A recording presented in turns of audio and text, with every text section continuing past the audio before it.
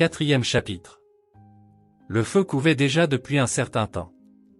Nous étions quelques-uns à afficher et affirmer de plus en plus fort la revendication de notre identité.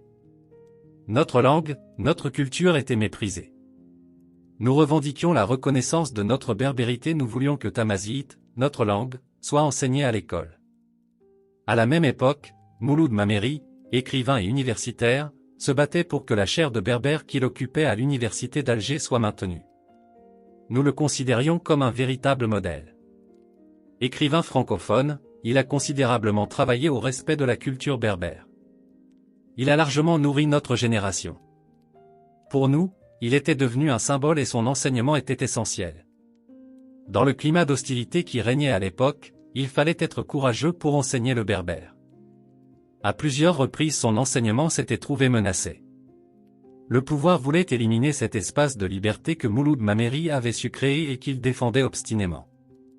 Suivre ses cours à l'université revenait à faire acte de militantisme.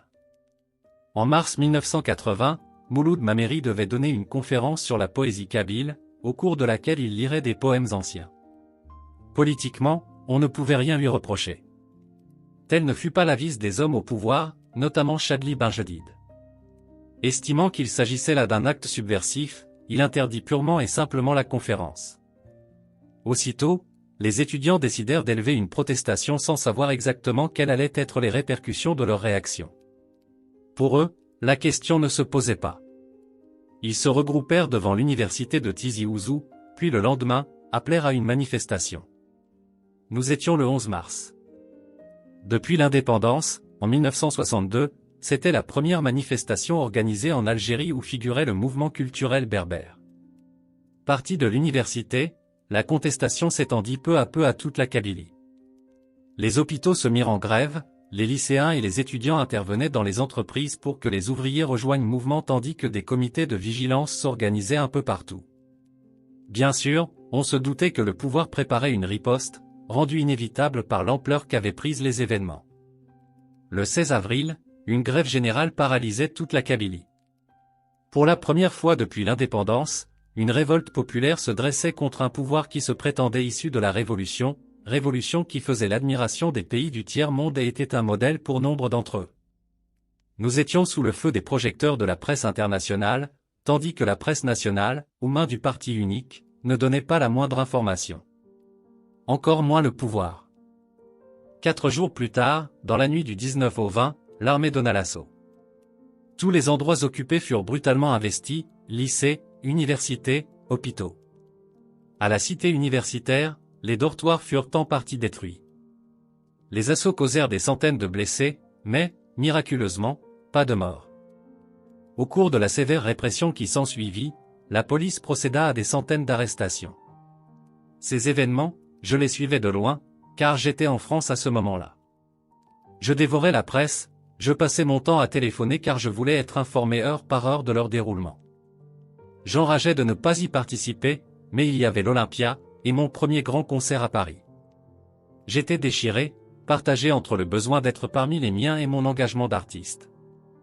Lorsque je suis entré sur la scène de l'Olympia, la guitare à la main, je portais un treillis militaire, une tenue de combat. Geste de solidarité envers la Kabylie, que j'estimais en guerre. Avant ma première chanson, j'ai demandé une minute de recueillement. Toute la salle s'est levée et a observé une minute de silence total. À la même époque, à Paris, quelques amis kabyles et moi avons organisé une manifestation devant l'ambassade d'Algérie. Les relations entre Paris et Alger étant excellentes, la manifestation, donc, fut interdite, la France ne supportait pas de désordre sur son territoire. Nous nous sommes fait embarquer par la police, avec des passants qui se trouvaient là tout à fait par hasard. Les flics nous ont emmenés à Vincennes, où on nous a parqués, entassés à 40 dans des cellules minuscules. Les insultes racistes pleuvaient. Plus tard, j'ai su que la sécurité militaire algérienne avait pris des photos de cette manifestation. Évidemment, j'y apparaissais, ce qui m'a valu par la suite d'être interpellé plusieurs fois à mon arrivée à l'aéroport d'Alger. Cette période et la répression qui a suivi ont été très dures. Je ne comprenais pas que le pouvoir ait décidé de s'attaquer aussi violemment à un mouvement comme le nôtre. Le bilan a fait état, je crois, de plus de 400 blessés, dont certains gravement atteints. La Kabylie en est sortie déchirée. Ces événements, connus sous le nom de printemps berbère, ont marqué le début d'une ère nouvelle.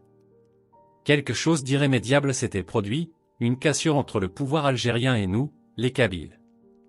Rien ne pourrait plus être comme avant.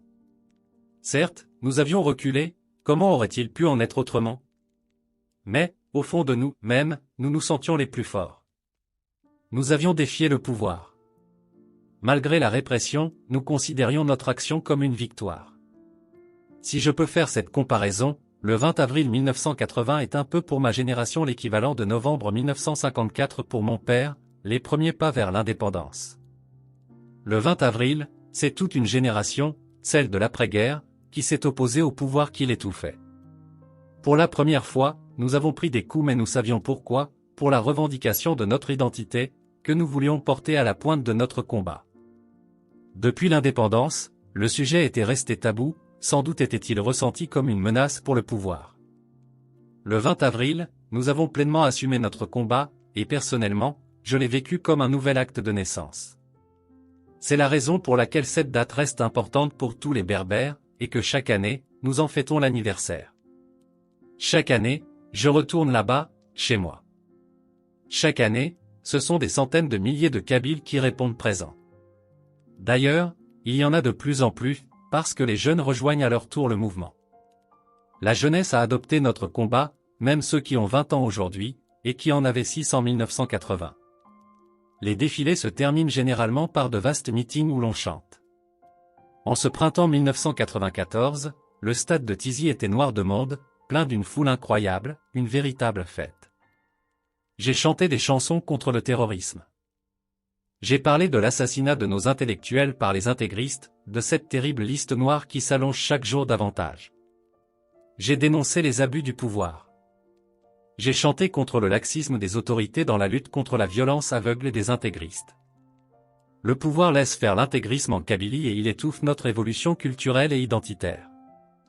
Dès le début, nous avons tiré le signal d'alarme, déclaré que ce qui se passe aujourd'hui en Algérie est grave. Si l'on n'agit pas de façon urgente, ce sera trop tard, la réalité quotidienne le prouve abondamment. Pourquoi exigeons-nous la reconnaissance de notre identité? Parce que nous ne possédons rien d'autre. Je combats pour mes racines, et ma relation avec la Kabylie est charnelle. Mon pays m'apparaît comme une pierre brutalement détachée d'un bloc. Nous appartenons, nous Kabyles, à un ensemble qui dépasse largement les frontières de la Kabylie elle-même, car la zone d'influence berbère s'étend de la Libye au Maroc. Grâce à notre combat, les Berbères des autres régions d'Algérie, les Aurès, le Mzab, les Touaregs du Hogar ou du Maroc, ceux du Rif cherchent à retrouver et à vivre leur identité. Nous ne le savions pas au début, mais c'est une résurrection de l'histoire du Maghreb que nous avons entamée. Voilà ce que nous voulons faire reconnaître, notre existence, géographiquement éparse, doit être admise institutionnellement.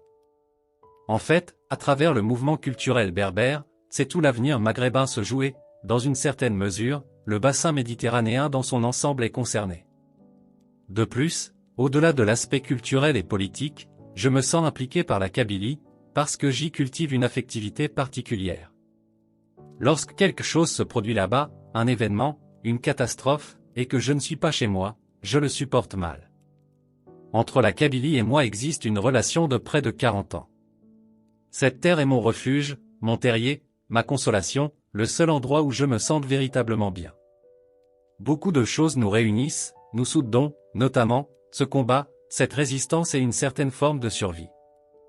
Nous voulons nous défendre, protéger ce qui nous appartient, préserver nos valeurs. Je ne veux pas démissionner. Tout ce qui se déroule là-bas me touche au premier chef parce que c'est notre avenir qui se joue. L'avancée arabo-islamiste constitue un danger, chaque jour, les témoignages toujours plus alarmants des victimes de la violence islamiste nous confortent dans une vision très pessimiste. Le péril est là. Il y a urgence. J'ai parfois entendu exprimer l'opinion que le combat qui se mène aujourd'hui en Kabylie pourrait faire basculer la région dans la guerre civile, dans une sorte de combat régionaliste. Je prétends au contraire que les autres régions devraient prendre modèle sur la Kabylie et suivre notre exemple. Alors, peut-être, les choses seraient différentes. Ne renversons pas les problèmes. Il est impossible d'accepter ce qui se passe, une prétendue cohabitation entre l'islamisme absolu, l'islam religieux intolérant et viol d'un côté, et l'islam de nos pères et de nos mères, celui que nos familles ont pratiqué au cours des siècles. Ils ne peuvent pas s'accorder. Nous avons réussi à intégrer un islam de tolérance dans nos traditions. Mais jamais les femmes de Kabylie n'accepteront de troquer la robe kabyle pour le hijab. Sur ce point, nous ne capitulerons pas. Comment, dans ces conditions, expliquer l'existence de maquis islamistes en Kabylie? Je crois savoir qu'ils se développent, ce qui est grave. Pour répondre à cette question complexe, il faut peut-être revenir en arrière. Les maquis existent parce qu'ils ont bénéficié du soutien d'une petite frange de la population, essentiellement constituée de marabouts. En Kabylie, les sociétés maraboutiques, très puissantes, détiennent une grande partie du pouvoir économique et régissent la vie religieuse. Leurs excès ont rendu les Kabyles méfiants, et donc distants par rapport à l'islam. Comme les sectes, ces sociétés fonctionnent grâce aux dons, à l'offrande, argent ou denrées. Leur origine se situe sans doute au Moyen Âge. Certains marabouts se prétendent les descendants du prophète, à l'époque du royaume des Almohades. Se considérant comme des émissaires, ils ont un objectif. Islamiser la Kabylie. Nos mères, nos grands-mères, pratiquant à leur façon, avaient largement recours aux marabouts. Profitant de leur naïveté, ils ont exploité leur conscience et leur foi. Puisqu'il fallait à tout prix obtenir leur bénédiction, on devait les servir, aller chercher de l'eau pour eux, couper du bois ou rapporter de la nourriture. En retour, ils donnaient leur bénédiction, qui garantissait protection et chance. Ce système a fonctionné pendant de longues années chez nous, a même perverti une part de la société et, en certains endroits, existe toujours. Chez nous, lorsque vous faites un don d'argent, vous le confiez directement au cheikh qui en fait ce qu'il veut. Le clergé n'existant pas, le cheikh n'a de compte à rendre à personne. C'est ainsi que l'on a pu voir de véritables fortunes se constituer. Peu à peu, les marabouts ont pris de l'importance non seulement sur le plan économique, mais aussi sur le plan politique.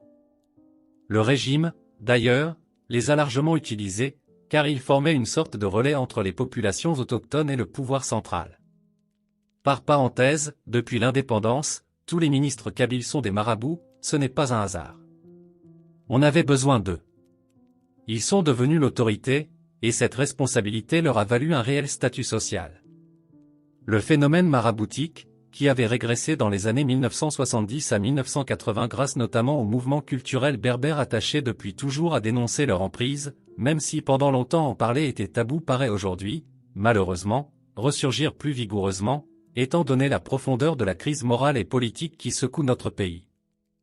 Le problème est d'autant plus grave que des liens existent, ils ont été prouvés, entre certains marabouts et les réseaux intégristes.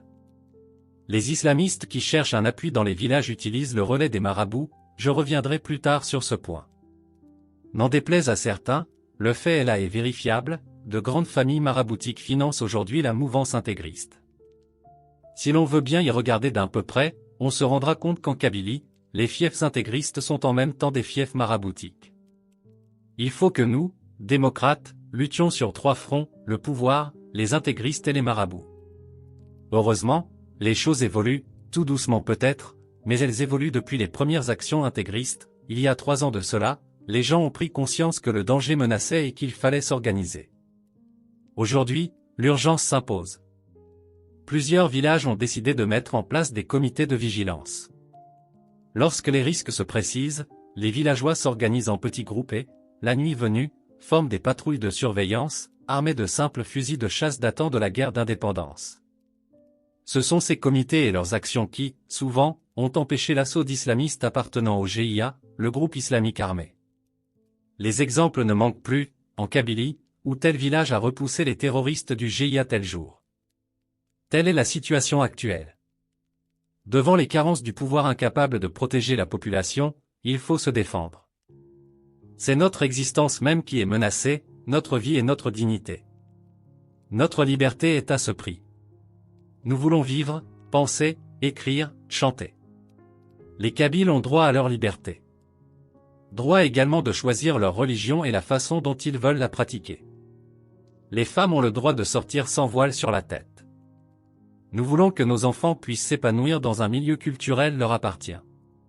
C'est pour cette liberté que nous nous battons aujourd'hui, et que nous sommes prêts à mourir. Notre combat est essentiel, personne n'a le droit de piétiner nos valeurs. Je m'exprime par la chanson, je suis un poète. D'autres le font par le biais de la politique.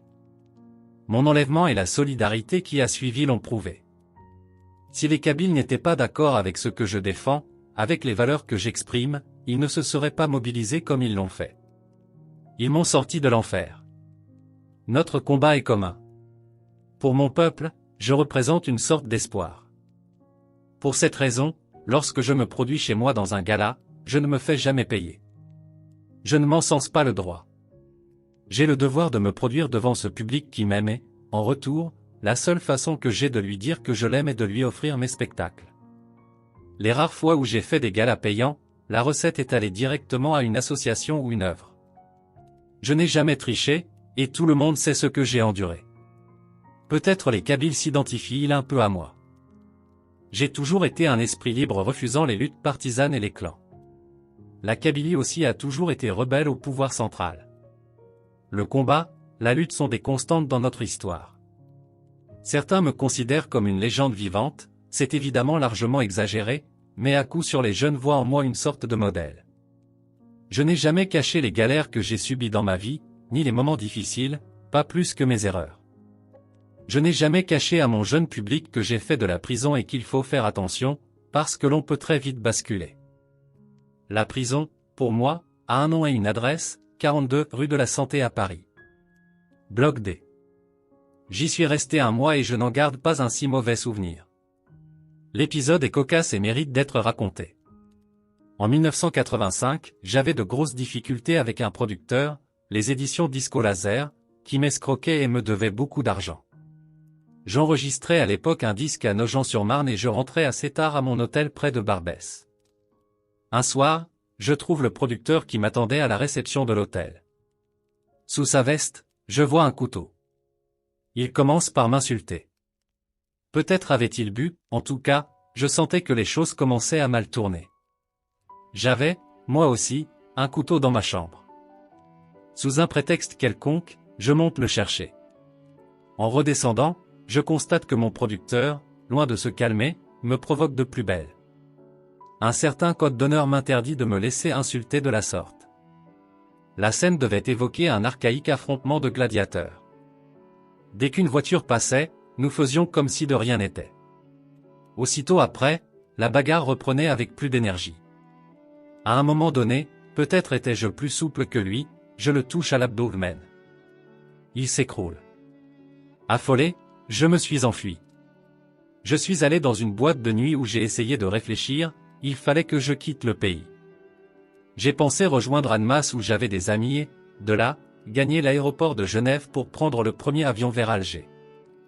Au petit matin, je suis retourné à l'hôtel récupérer mes affaires. En passant à la réception, j'ai deviné quelque chose de bizarre. Je suis monté dans ma chambre pour faire ma valise, et là, j'ai entendu une voix qui me disait « Si tu bouges, je t'éclate la tête ». Évidemment je n'ai pas bougé. C'était un flic en civil qui m'attendait. Menottes au poignet, j'ai quitté l'hôtel. Au commissariat des Grandes Carrières, dans le 18e arrondissement, j'ai eu droit à 48 heures de garde à vue pendant lesquelles on m'a répété que le producteur était mort. Que je risquais 15 à 20 ans de prison.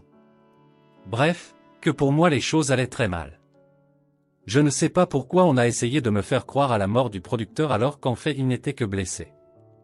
En tout cas, le lendemain je me suis retrouvé à la santé, nous étions 4 dans la cellule, tous des Algériens. Dès mon arrivée, ils m'ont reconnu. Ah, Matoub. Nous avions à tour de rôle des corvées à faire, à aucun moment ils n'ont accepté que j'effectue les miennes. On parlait beaucoup, on échangeait des impressions. Je parlais de la Kabylie, de ce qui s'y passait. L'un de mes compagnons de cellule était condamné à 12 ans de prison pour l'assassinat de sa petite amie, que d'ailleurs il a toujours nié. On se débrouillait pour faire réchauffer de la nourriture ou du café. Nous avions des mèches, ce qui était parfaitement interdit, bien sûr. Mais les gardiens fermaient les yeux. J'étais plutôt inquiet sur mon sort, d'autant que je n'avais pas d'informations. Mon avocat non plus. Pendant cette période, je n'ai pas composé une seule chanson. L'enfermement est difficile à supporter lorsque l'on est habitué à vivre dehors et la nuit. nous n'avions droit qu'à 15 minutes de promenade par jour. Le reste du temps, on ne voyait que les murs sales de la cellule.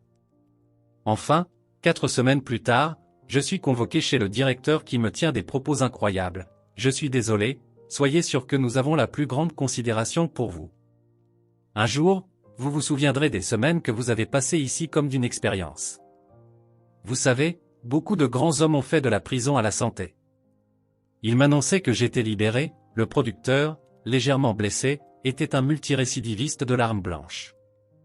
Aucune charge n'était retenue contre moi. La première bouffée d'air que j'ai respirée en quittant la santé a été comme une redécouverte, une sensation très profonde. Moi qui n'y étais que depuis un mois, j'imaginais les condamnés qui en sortent après 10 ou 12 années de détention. Voilà ce que fut et ce qu'est ma vie. Je n'ai jamais cherché à dissimuler les moments difficiles pour donner de moi une image magnifiée, comme le font certains artistes. Je me présente devant mon public tel que je suis, et tel que j'ai vécu, c'est le minimum de loyauté que je dois aux gens qui m'écoutent. Je crois que si les jeunes m'aiment autant, c'est parce qu'ils savent que non seulement je comprends leurs difficultés, mais que je les ai vécues aussi. Celui qui dérape sait qu'à un moment ou un autre de ma vie, j'ai connu ce qu'il subit, l'essentiel étant de se ressaisir. Il sait qu'il y aura toujours une chanson dans laquelle il pourra se reconnaître. C'est ma manière de donner une place aux exclus. Beaucoup de jeunes me l'ont confié, ils avaient l'impression que personne n'était capable de les entendre, de les comprendre. Peut-être faut-il voir là l'explication de leur vulnérabilité aux sirènes intégristes. Il suffirait parfois d'un rien pour qu'ils résistent à cet appel, simplement être écoutés. L'épisode prison de la santé, refermé. Revenons à la chanson.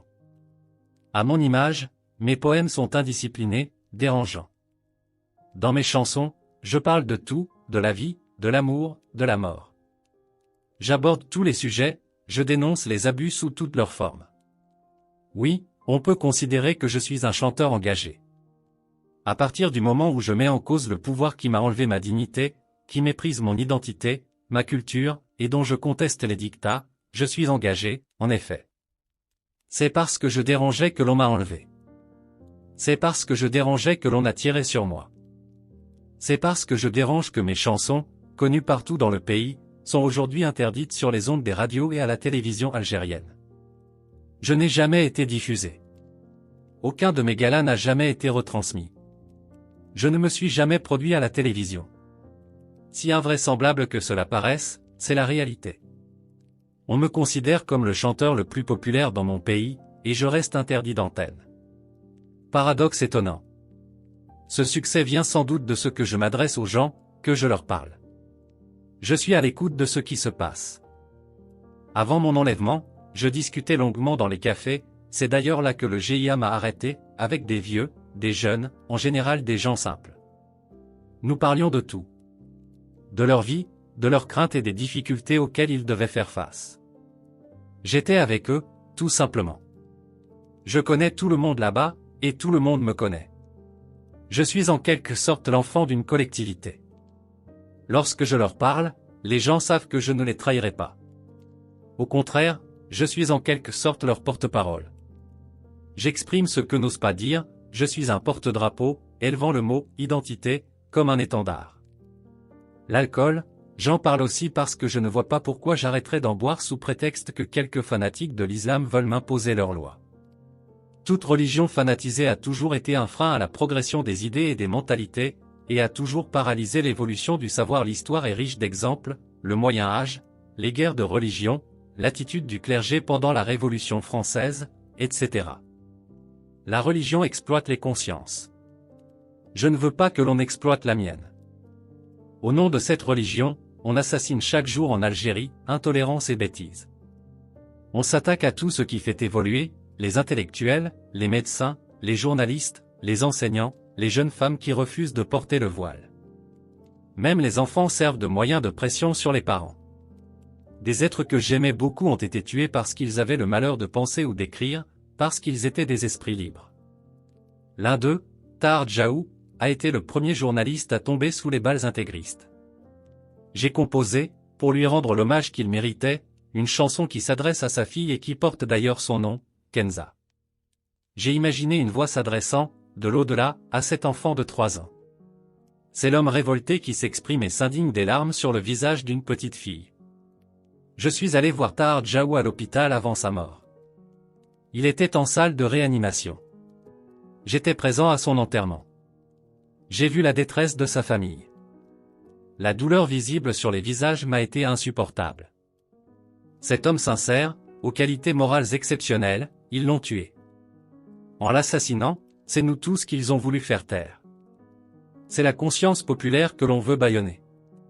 C'est l'Algérie dans son ensemble que l'on veut réduire au silence, c'est le sort de tout un peuple qui est en jeu. Voilà ce que j'ai voulu exprimer dans Kenza. La popularité que j'ai acquise au fil des années, j'ai failli la payer cher. J'avais écrit une chanson contre Chadli, or, s'attaquer au président de la République algérienne en 1980 équivalait à un crime. J'ai donc été arrêté à plusieurs reprises à l'époque. Voyant que cela ne m'empêchait ni de chanter, ni d'écrire, ni de dire ce que je pensais, le pouvoir, aidé de la sécurité militaire, a eu recours à une méthode beaucoup plus pernicieuse, le discrédit. En 1985, beaucoup de bruits se sont mis à courir sur mon compte. On ne savait pas d'où ils venaient mais ils prenaient de plus en plus d'importance. Rumeurs terribles, impitoyables. On a commencé à faire courir le bruit que je travaillais pour le pouvoir. En cette période très tendue politiquement, il y avait beaucoup d'arrestations d'opposants. Mes amis, mes proches étaient arrêtés. Moi pas. On a commencé à s'interroger à haute voix. Comment expliquer qu'à l'époque de la création de la Ligue des droits de l'homme, alors que les fondateurs étaient tous envoyés en prison et torturés, je n'ai pas été inquiété? Le soupçon s'est répandu. La manœuvre était simple, j'avais trop d'impact, une influence trop importante, il fallait donc me casser. On a failli y parvenir. Cette période de ma vie m'a laissé une cicatrice indélébile. Le gouvernement avait décidé de me couper de mon public. J'ai failli devenir fou, j'en voulais à tout le monde. Au pouvoir, évidemment, mais également à l'opposition kabyle qui ne faisait rien pour me soutenir. L'injustice était énorme, la provocation également. Mais comment le faire comprendre? La rumeur peut tuer, elle est abjecte. Des bruits courent sans que vous ayez la moindre possibilité de les arrêter, d'en démonter l'origine ou les mécanismes. Le système fonctionnait. À plusieurs reprises, je me souviens d'avoir forcé des barrages. Je voulais que l'on m'arrête. Je voulais que les gens qui m'avaient jusqu'alors soutenu reconnaissent l'invraisemblance de la situation. D'autres, des amis, subissaient sans relâche les harcèlements de la police. Moi, rien. Je pouvais accepter bien des choses, mais pas cela. Mon honneur, mon intégrité morale étaient mis en cause. Jamais je n'aurais accepté de collaborer avec le pouvoir. Jamais je n'accepterai. Les manipulateurs avaient cependant réussi à semer le doute dans les esprits. J'ai fait une chanson, par laquelle je voulais évacuer ma peine, où je faisais parler la population. Le refrain dit ceci: pourquoi a-t-on emprisonné un tel? Et t'avoir laissé libre, toi, l'homme au verbe tranchant qui en a brûlé plus d'un. Si tu crois nous avoir dupés, détrompe-toi, tu es le seul à avoir été berné. Telle était la situation en Algérie et en Kabylie. En France, à la même époque, les choses n'allaient pas vraiment mieux. Les esprits étaient occupés par la cassette écrite contre Ben Bella et Aït Ahmed juste après la signature de ce que l'on a appelé l'accord de Londres. En 1985, tous deux ont passé à Londres une alliance en appelant au peuple algérien, mais cette alliance a été très mal perçue en Algérie. On ne comprenait pas comment ces deux responsables, qui s'étaient opposés en 1963 d'une manière extrêmement violente, les affrontements entre les deux camps, je le rappelle, avaient fait des centaines de victimes, pouvaient tout à coup sceller ce pacte contre nature. 23 ans plus tard, les Algériens découvraient, avec cet accord de Londres, que ceux qui avaient entraîné l'Algérie dans une guerre fratricide se réconciliaient alors même que les plaies de la guerre ne s'étaient toujours pas refermées. On a crié à l'outrage, à la trahison. J'ai vigoureusement dénoncé cette alliance. L'histoire aujourd'hui m'a donné raison. Mais la presse de l'époque m'est tombée dessus.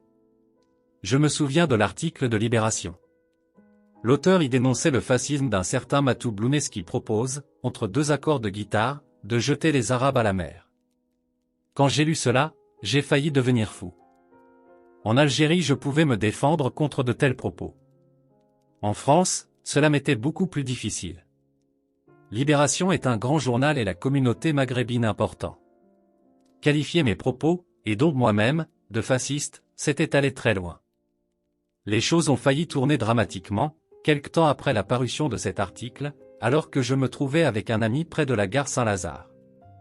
Nous descendions la rue d'Amsterdam lorsqu'une voiture passe en trombe à notre niveau. On nous tire dessus. Nous n'avons eu que le temps de nous cacher derrière une automobile en stationnement et de voir qu'à l'intérieur du véhicule qui nous avait visés, il y avait des Nord-Africains. À la même époque, des tracts ont été distribués contre moi dans les quartiers à forte concentration émigrée. Aucun producteur n'a voulu éditer la cassette sur l'accord de Londres. Par la suite, j'ai su que tous avaient reçu des menaces, d'où leur peur. À Barbès, là où j'avais fait produire mes cassettes précédentes, on m'a refusé celle-là. C'est un juif tunisien qui a finalement accepté d'en assurer la production. Je l'en remercie. Aujourd'hui, sa maison, le grand comptoir de la Chapelle, n'existe plus et ma cassette est introuvable sur le marché. Malgré tout ce qu'elle m'a valu comme problème, je n'ai pas regretté de l'avoir faite et je ne la renie en rien. Je comptais sur une réhabilitation chez moi, il a fallu que j'attende 1988 et les 5 balles d'octobre pour que la vérité se fasse jour en Algérie comme en France. Les gens se sont alors rendus compte qu'ils avaient été abusés par la gigantesque manipulation des autorités. C'est malheureusement à ce prix-là que j'ai regagné leur confiance. Je ne pardonnerai jamais au pouvoir de m'avoir fait subir une telle épreuve.